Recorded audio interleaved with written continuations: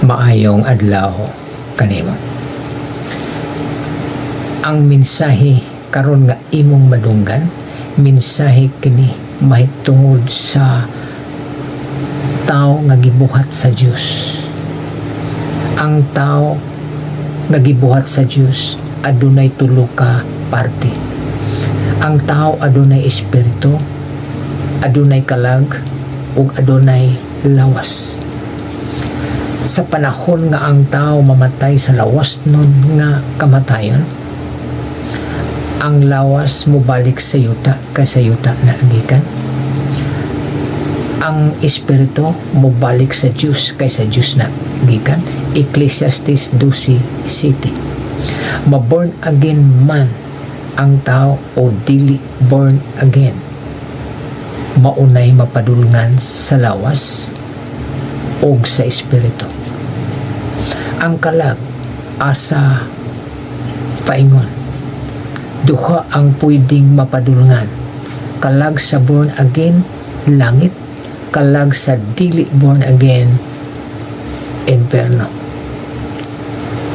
Ang lawas dili mao ang nagkinahanglan nga ma-born again kaysa yuta na agikan sa yuta o sa mobalik. Dili usab ang espiritu sa maong tao ang nagkinahanglan nga ma-born again, kay ang espiritu mobalik sa Diyos kaysa Diyos na gikan. Ecclesiastes 12:7.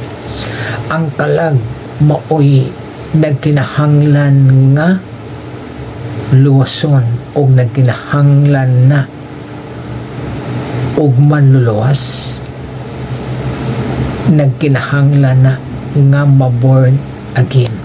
Sa ato pa ang kalag sa tao mao ang gipakamatyan ni Ginoong Jesucristo didto sa krus sa Kalbaryo para dili maimperno,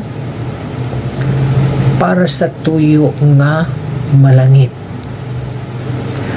Ang kalag sa tao kung ang Diyos ang pasultihon, ang bilih ni ini nga naa ka ni ana, labaw pagbili sa kantidad sa kalibutan.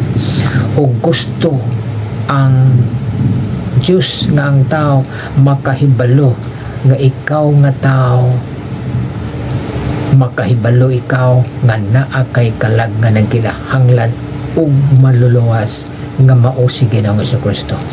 Ikaw nga naminaw karon pamalandong ipag-ayo, ang nagkinahanglan nga ma-born again, maanak sa Diyos pagbalik, dili ang lawas, dili ang espiritu, kundi ang kalag.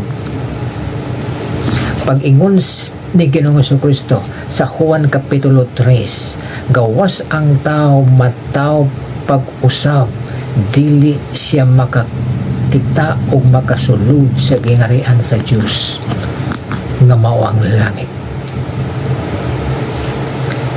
Kalag na ang gisgutan, kay walay lawas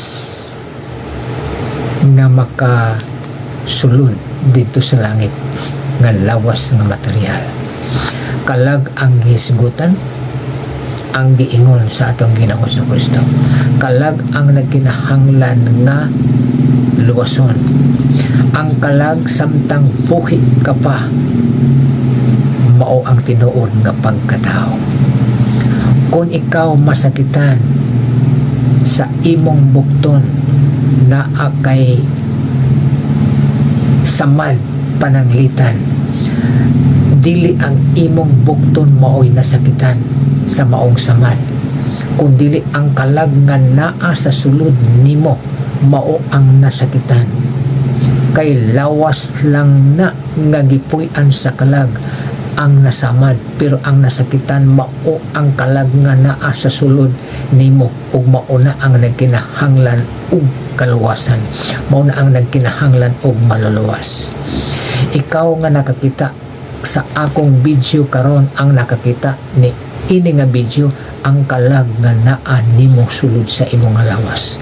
Dili ang mata nimo mao'y nakakita kanako, dili ang dunggan nimo mao'y nakadungog kanako. ang kalagna nga naa sa sulod pa sa imo nga lawas. Ang dunggan kung ang tao patay na, ang mata kung patay na, dili na sila makakita o dili makadungog. Nga naman, ang kalag nga makadungog nga naa sa sulod sa lawas o ang makakita nga naa sa sulod sa lawas, wala na, nibiya na sa maong lawas nga gipuy-an. Pamalandungin ni nga mensahe pag-ayo ug mauna ang nagkinahanglan og kalawasan ug maluwas lang na ang kalag nga mao'y gipakamat niya ni Ginoong sa Kristo didto sa krus sa Kalbaryo kung dawaton nimo siya ingon nga imong Ginoo maluluwas sa imong nga kinabuhi. Niingon ang atong Ginoong sa Kristo nga duha o kun tulo nga magakatigom nga maghisgot sa ako ngalan, anaa ako sa ilang taliwala.